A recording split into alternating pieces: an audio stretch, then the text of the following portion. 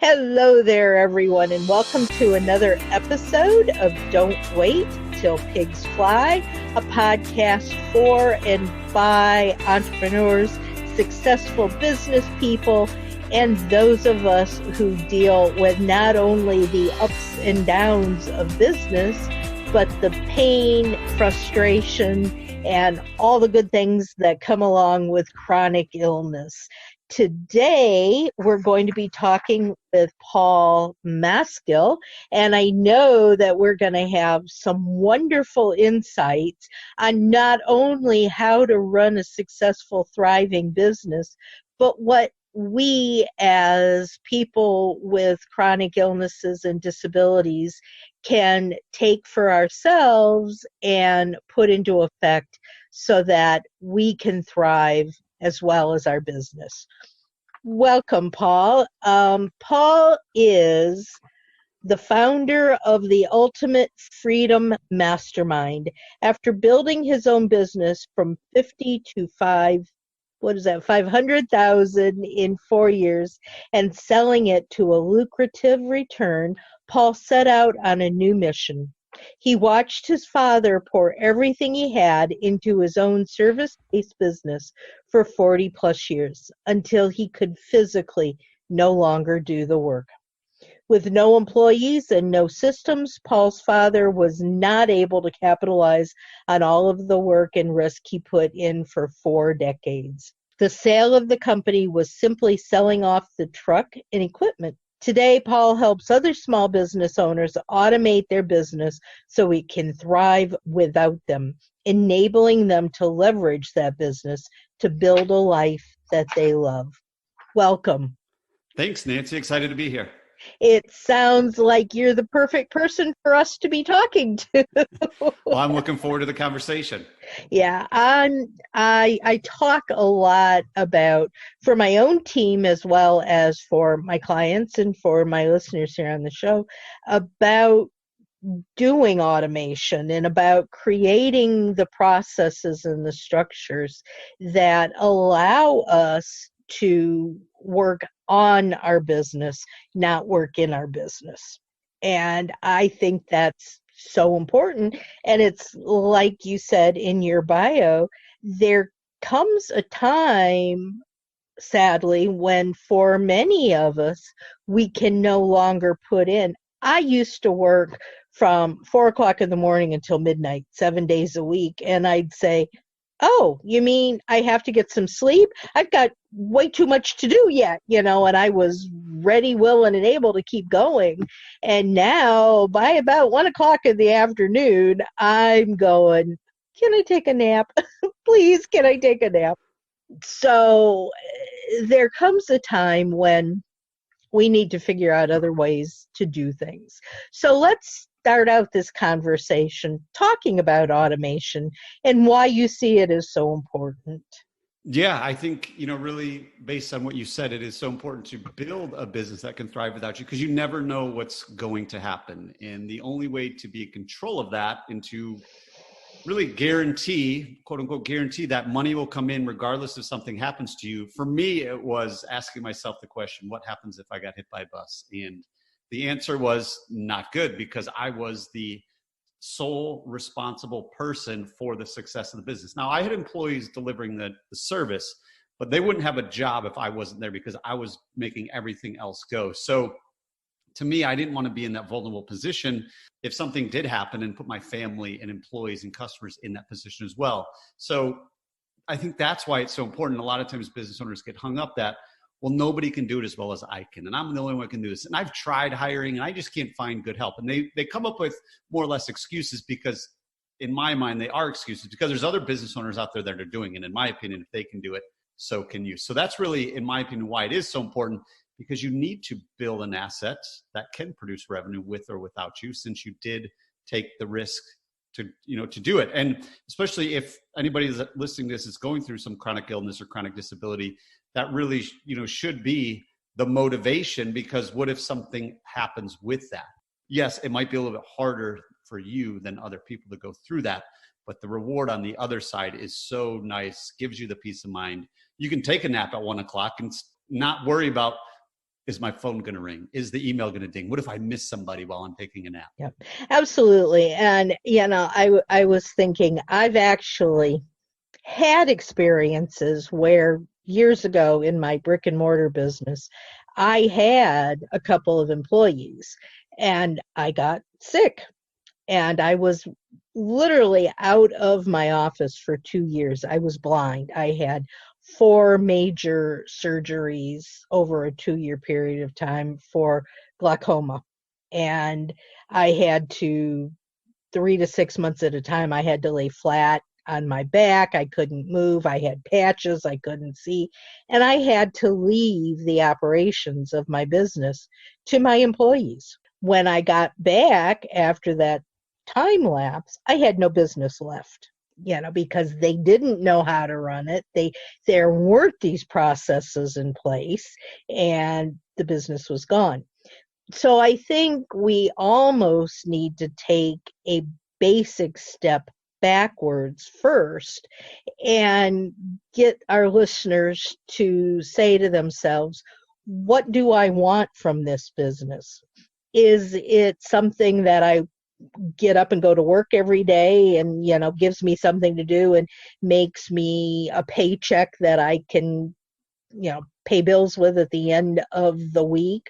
Or is it something more? Is it something that I want to have as a legacy? Is it something that I want to be able to have continue after I'm not able to run it any longer?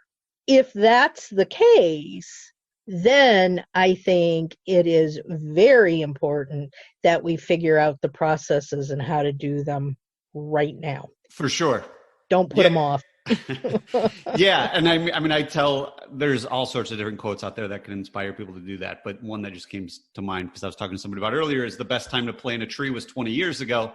Since we can't do that, the second best time is now. So you might as well get started now. And to your point, it really depends on what your vision is.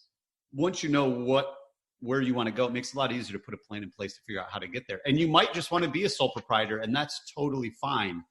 I think the key to that then is if you are trading time for money, make sure the money you're making, then you're reinvesting somewhere else.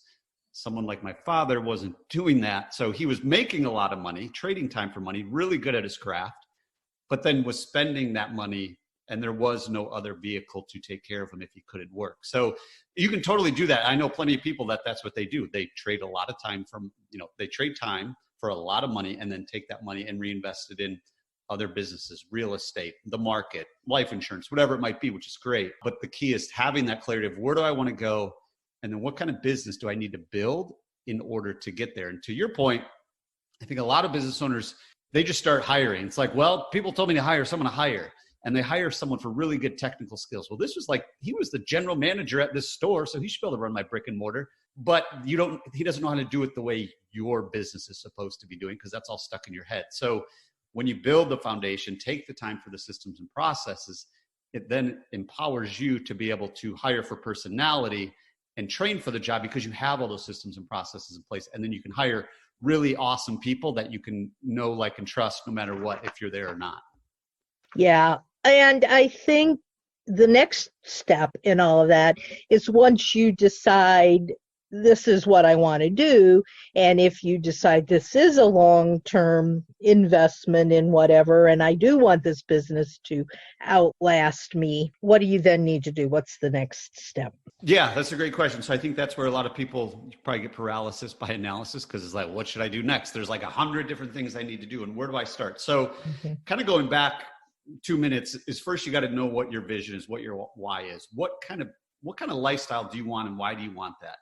And then what kind of business do you need to build in order to achieve that? And once you know where you're going, and it makes it a little bit easier to then just start chunking it down one step at a time. So I equate it to a road trip. You're in Michigan, my family's in Michigan, I'm in North Carolina. So I know where I'm at. I just analyze everything where I'm at. I know where I'm going to Michigan. Now I can get in the car and have checkpoints along the way to make sure I know I'm still on track. And even when I leave, I need to know who's coming with me, what supplies do I need, how long it makes it a lot easier. Instead of most business owners, they're in their car, they drive all day, but they aren't getting close to their destination because they don't know where their destination is. And they're just driving and they feel like this is really great. Like, I'm busy. Look at me go. And then 10 years goes by and it's like, you still haven't made it to Michigan. So once you know where you're going and you know why you're going there and you know where you're at, then really kind of the tactical steps of what I like to do is really start to break it down by what do we need to take off of your plate. And in my opinion, everyone has different opinions, but my opinion, there are basically 5 big systems to your business. And it basically follows the customer journey. The first one is lead generation. So what activities do I do to get people interested in my business? So that's kind of your first system. The next one is sales. So now converting those interested people into paying customers. So that's kind of your second system. The next 2 systems are really kind of delivering the service. So you're either delivering the actual service, which is a third system, or you're focusing on the customer service and customer experience. That's kind of your fourth system. And then the fifth one is all the back end stuff, which is your operations. So that could be your receivables, your payables, your invoicing, your system to keep all your customers straight, your CRM. So when you start to chunk it down by that, then I recommend everyone just write down every single activity that you do in those fields, in those systems. And then you start to build mini processes for each one. And then it's really easy to start delegating, because it's not like I have to delegate everything. You just need to delegate one thing at a time, over and over and over. And the way to delegate it is, first you need to perfect it, which doesn't mean it's perfect. It just is done in a way that somebody else could do it. So we do so many things in our business. It's like, I don't know if anybody could do it this way, but I'm doing it this way because that's how I've done it. So doing it in a systematic way where it happens the same way every time, documenting how it's done using simple technology like screen recording software like Zoom, and then you can delegate it or automate it. So sometimes we can automate it with technology. Sometimes we need to use humans to do it. And my number one recommendation around all that is, don't use technology if it's going to make the customer experience worse. We've run into all these big companies who you call their 1-800 number and you get so mad talking to a robot. That's automation, but it makes the customer experience worse.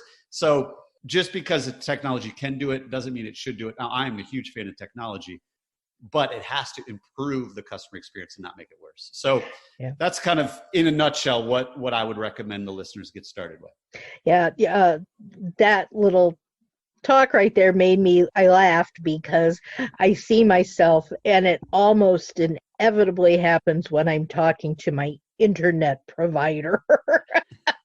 And something's gone down. I'm in the middle of a podcast and I've lost my internet. And I try to call and I get this press 1 for, press 2 for, can I help you? And it's this automated voice and I'm going, representative, and my husband will sit here laughing his head off at me because I'm about ready to throw the phone across the room. And in the meantime, I still don't have any internet, so that is a very good sign of technology not working. For sure. Ironically, from a technology company, more or less. So yeah, so just kind of, I like to put my lens through the customer's experience. Is this going to make their experience better? Yes, let's invest in it. Is it going to make our life easier, but their life worse? Let's not do it. Because usually then that falls on your employees. So can you imagine how upset every Spectrum or Time Warner or Comcast help representative is, because everyone they talk to is so mad because it took them so long to get to somebody. So then you're putting your employees in these positions, which is basically a lose-lose scenario. Yeah. And they always say, would you mind taking this, 2-minute survey at the end of our call? And I'm going, you don't want me to take the survey. I'm sorry. No, I'm not taking your survey. It's not a good thing. So, yeah. And I mean, it's really kind of funny because my company's going through this to a certain extent right now. I have recently realized that I cannot do everything myself. I have a limited amount of time that I have energy to get up and do things, and then I want at 1 o'clock, I want to go take a nap, so we've had to bring on some new staff and I love them dearly, but my assistant and I have been together for a couple of years and we work flawlessly. We can finish each other's sentences. We know exactly what we're talking about. We don't even have to make sense in a sentence and we know what the other one's trying to say. But we don't have that same relationship with my 2 new team members. And the other day we were on a call, and I'm saying, okay, you need to do this and you need to do this. And somebody was sending back to me, well, should I do this? And somebody was sending to my assistant. And, there's all of this confusion and turmoil going on because we don't have those processes in place yet, and we don't know what we're talking about at this point. We're still trying to figure it all out. But one of the things that we're trying to figure out is, how do we do this sales process?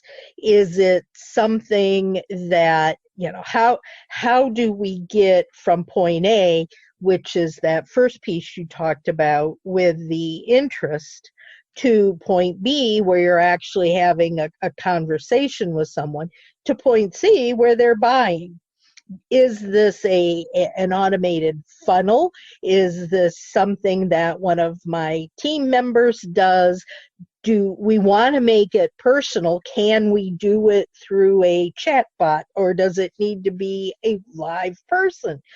All of these things are being taken into consideration right now, because it is exactly what you say. We don't want to turn potential customers away.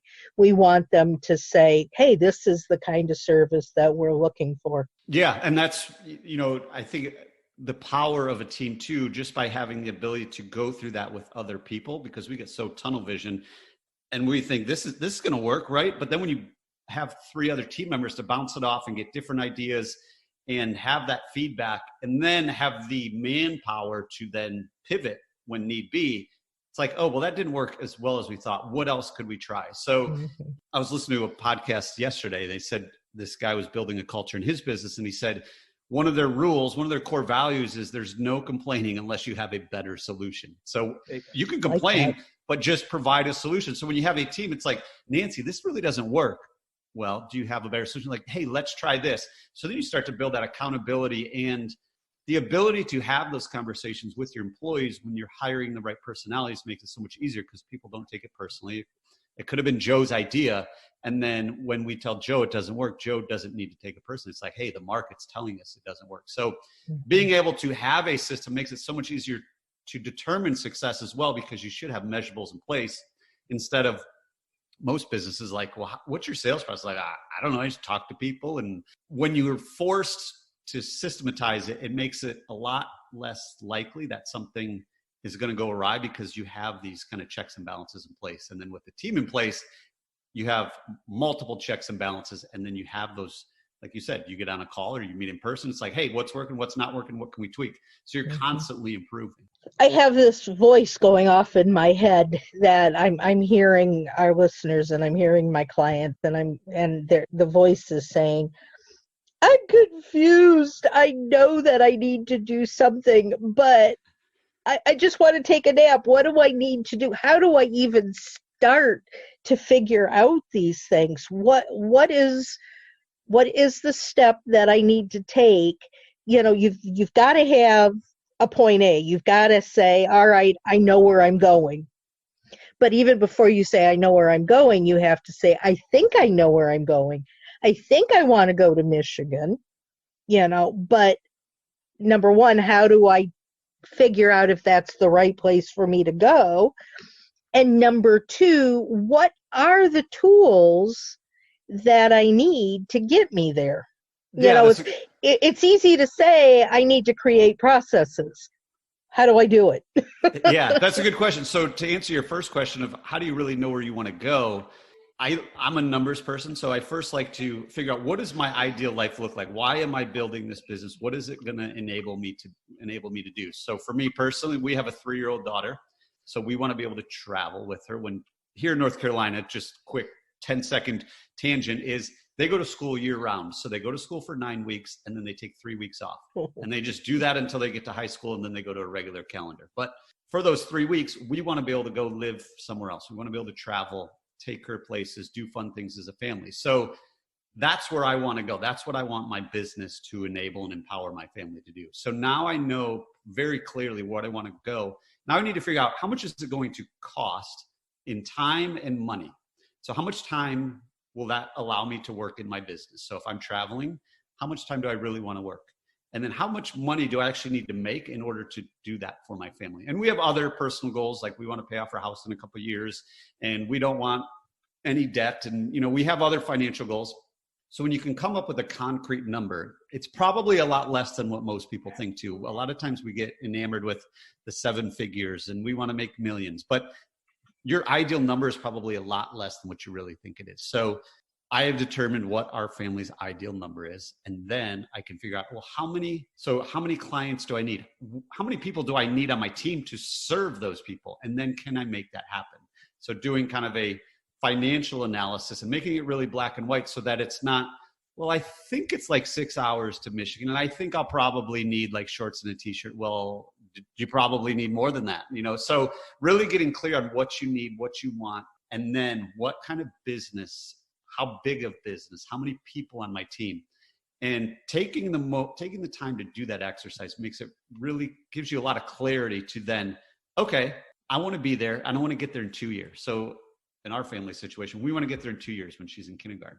Okay, so maybe I need 100 clients, and by the time that time frame's come, and I got 25 right now.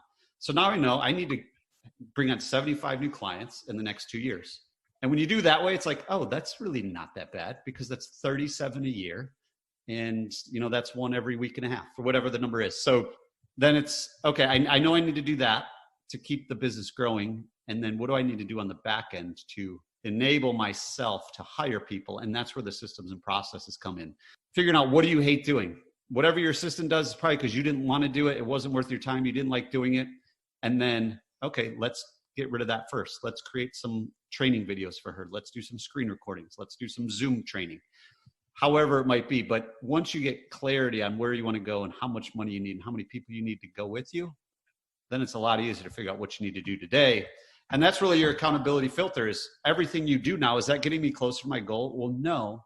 Well, why am I spending an hour doing this? I shouldn't be doing this. Either somebody else should be doing it or nobody should be doing it.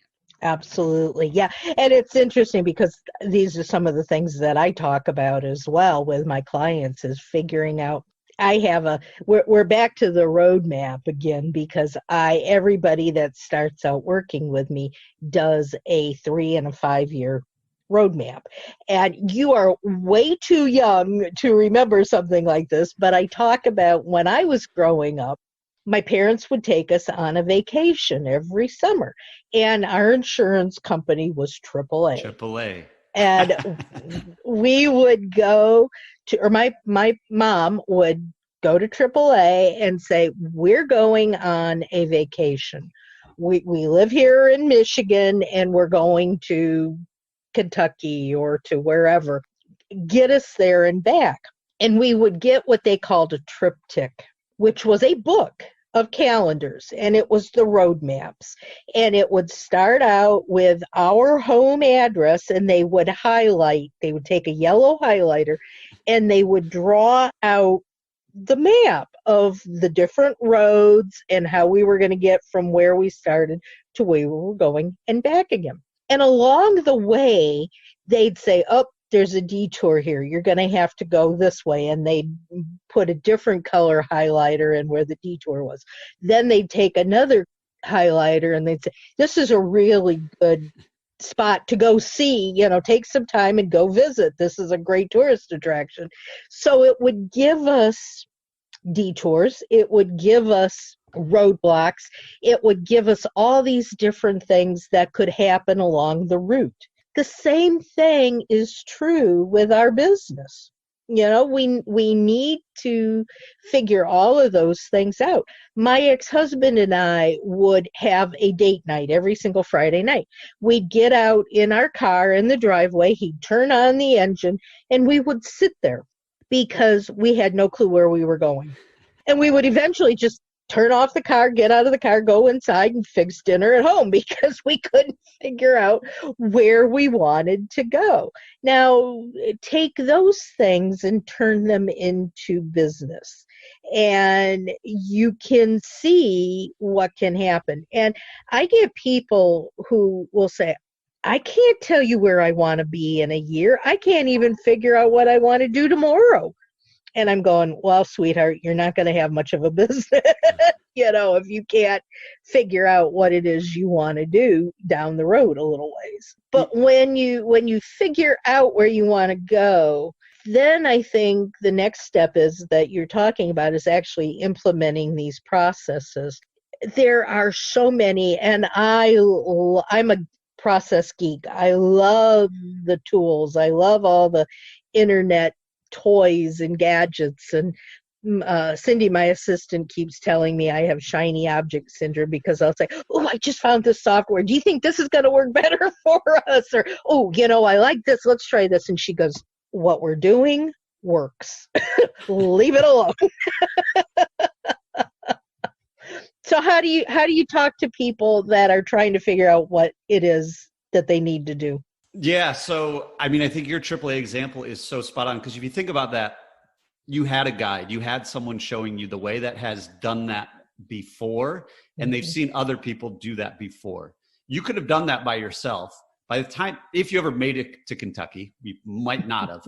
Everybody would hate each other. You wouldn't even want to be there. You'd want to be back home, and you don't even know how to get back home. So a lot of business owners they're entrepreneurs for a reason, because we can do this ourselves. We can figure it out. I'm not meant to follow rules, which is true. And that can get us very far in a good way, but it can also be a big detractor. So I see a lot of business owners, they just don't have a guide. Now we have this fabulous thing called the GPS, where we just say, I want to go to Kentucky, and it's constantly recalculating 24/7 until you get to where you want to go. Oh, crash ahead. Oh, policeman ahead. Oh, detour. Yep. But in our business, it's like you and your ex-husband, it's like, okay, I'm in my car, I'm ready to go. I don't know where I'm going. Or what you also do, and my wife and I have been guilty, it's like, all right, let's go out to eat. Not as much now that we have a kid, because kind of have to plan these things. But before, it'd be like, all right, where do you want to go? Oh, it doesn't matter. So we're driving, like, hey, you want to go here? No, I don't want to go there. I'm like, you said it didn't matter. Okay, let's keep driving. No, do you want Italian? No, we had Italian last. So it's like, it did matter, and you knew where you were going. It just took somebody to kind of extract it from you. So that's where I find the value in having that mentor, having that coach, having that group of accountability partners, whoever it might be, to pull that out of you. Because sometimes we probably know where we're going. We just need to be asked the right questions. So even if you wanted to go to Kentucky and your parents said, let's go on a vacation, I don't really know where we want to go. Okay, do you want to go to the beach? No, I don't want to go to the beach. Okay, well, that eliminates like a massive amount of country. Okay, do you want to go to the mountains? Nah, a little too cold in the mountains. Okay, well, how far do you actually want to drive? Less than 8 hours. Okay, so now we're like, you can't go on the coast of Michigan. You can't go on Illinois. You can't go on, like, so now it's like, okay, well, these are your options. Oh, I know I really want to go to Kentucky because I've always wanted to see Louisville. Okay, well, that's where we're going. So when you have somebody to ask those questions and pull it out of you and then show you how to get there, it makes it way easier. It saves you so much time. We were in England and Scotland this past fall, and I was being cheap. I rented a car, and they're like, do you want GPS? No, we can figure it out. We got there. I had like all these maps printed out, like old school MapQuest, like all printed out. Gave it to my buddy, and we're driving on the other side of the road. So I gave it to my buddy over here, and the lady that was checking us out of the rental car, she's like, are you sure you don't want GPS? She's like, let me do you a favor. I'm going to throw it in at no cost because you're going to really appreciate this. She hooked up the GPS on her car, off and running. And like after a week, I was like, I would have paid $100 a day for that GPS because it saved us so much time. We enjoyed the trip more. We didn't kill each other. We didn't make wrong turns. We didn't get in a wreck. And we knew where all the detours were because their traffic, especially in Scotland, you're kind of out in the country. They could just say, oh, sorry, road's closed. And it's like, well, where do I go? It's like, I'm in the middle of nowhere. So having that GPS, having that coach, that mentor, that guide to pull out where you want to go and then show you how to get there is so crucial, in my opinion. Yeah. Oh, absolutely. And it just makes so much sense. But then if we take it to the next step and you figured these things out, for instance, I had heard of, I used to use a program called Asana. I've used all these other programs out there, and I never really liked any of them, and they never worked the way I wanted to. And now that we've got this team together, one of the team members says, hey, I use Slack all the time. Let's use Slack. And I'm going, we could just talk. It's not a big deal. But then we got started using Slack, and it is absolutely wonderful. And I could do a Google search and I could say, well, remember 2 weeks ago, I assigned you this and it's not been done yet. Where are you on that point? So you can implement the technology, you can implement the different tools. But if you don't have that coach or mentor, or even if you do, something I might recommend to you may not make a lot of sense to you, and you need to find something else. What are your suggestions to people who are trying to actually create these processes and they don't know where to go other than just say, okay, I'm Googling processes, and you're going to get a million things? Yeah. So one, Slack is like the best thing ever. We've been using it for, I think, 5 years now. And it's one of those things you can't really explain. Like if you try to tell someone why it's awesome, they're like, we can do that with email and text message and Zoom and all that, but it's great. So I commend you for that. I love Slack. So anybody out there, if you have a team, use Slack as your communication platform. It keeps everything in one place. And you can, like you said, search for anything. So if people are wondering, okay, I know I need to start documenting this and I don't know what to do. So I would recommend you use Zoom. So Zoom is what we're talking on. You can create a meeting by yourself and you can record your screen. So a lot of the stuff we do is on our computer and you need to teach someone else how to do that. So Zoom is free. Turn on Zoom, hit record, and it'll start recording your screen. And you can say, okay, Nancy, this is how we run this morning report every day. So you're going to go here, go to this platform, hit export it to Excel, move these columns around just like this, put this here, put that there, save it as a CSV file, and send it to so-and-so. Say that's your process. So you've recorded that video. Now you can send it to somebody else. And there's really like less than 1% chance that whoever you give it to is not going to do it the exact same way you did it. Because before they watch it, they didn't even know, they didn't have any other idea how to do it. So where a lot of business owners get stuck is, hey, Nancy, this is how you do it. Go here, run this report, and they might just type it out or write it out or tell you over the phone. And then all of a sudden, Nancy's like, I don't know. I think he told me to do this. I'm gonna go this way. And then Nancy doesn't do it the way I wanted to. We're both frustrated. But when you can record the video and do a voiceover and just send it to them, it also makes their life easier because they can pause, rewind, fast forward. They can kind of do it at their own pace and they don't feel like they're being judged or being watched. And really, for me, it works so well because my first corporate job was before this technology. And I sat next to the person I was learning from with my notepad and wrote down every single thing they did for the entire 8 hours. And they said, okay, Paul, try it tomorrow. By the time tomorrow came, I was like, I don't even know why I wrote this. I don't know what this means. Yeah. I know they told me I had to do this and they probably expect me to do this. And I don't want to feel stupid. So I'm just going to try and wing it. And it takes me like 6 hours to do a task that took like 10 minutes. And then I didn't do the way they wanted to. So with the technology now, and if it is an in-person task, you can just use your phone. Everyone has a phone that has a very powerful camera. It doesn't have to be pretty. It just has to be functional. So that's exactly where I would start just to get the ball rolling. I love it. I think those are some excellent suggestions. We've really covered a lot in our just over a half-hour conversation, and I could keep going for a long time, but we're about out of time. So if there were one thing that we did not talk about today that you think needs to be talked about, what would that be?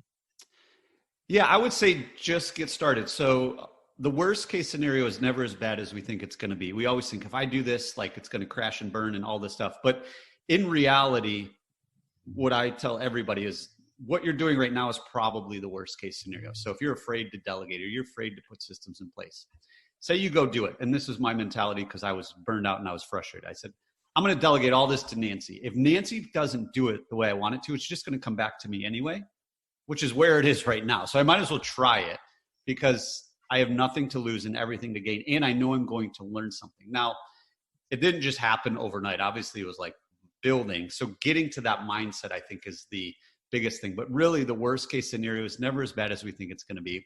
We aren't doing brain surgery here. Whatever our business is, it's not life or death. It's a matter of how do you react to things that don't go the way you want it to. And let's put a system in place to make sure it doesn't happen again. So that's what I would leave your listeners with. No matter what you're doing, the worst case scenario is never as bad as we think it's going to be. So just get started. I love it. Guys, you heard him. Just get started. I hope you took some notes today and are ready to get out there and just get started. You can hear this and all of our other podcasts on Thursday evenings at 5 p.m. Eastern at www.flyingpigs.podbean.com. Love to hear from you. Tell us what you like. Tell us what you'd like to have. Let us know where you're at and your thoughts. Lots of great presentations, both in the past and coming up. This was a wonderful time today. Thank you so much, Paul. And everyone, get out there, be productive, and soar higher. Take care, everybody, and bye-bye. Thanks, Nancy. Are you ready to get started in your business but don't know how to make the first step? Nancy would love to help you. As a disability advocate and a successful entrepreneur, Nancy can help your business to easily earn more, have control of your time, and take care of your physical health challenges. Just go to businesssuccessunlimited.com and use the contact form at the bottom of the page to schedule your call to see if you're a good fit. Nancy is ready to help you reach your goals.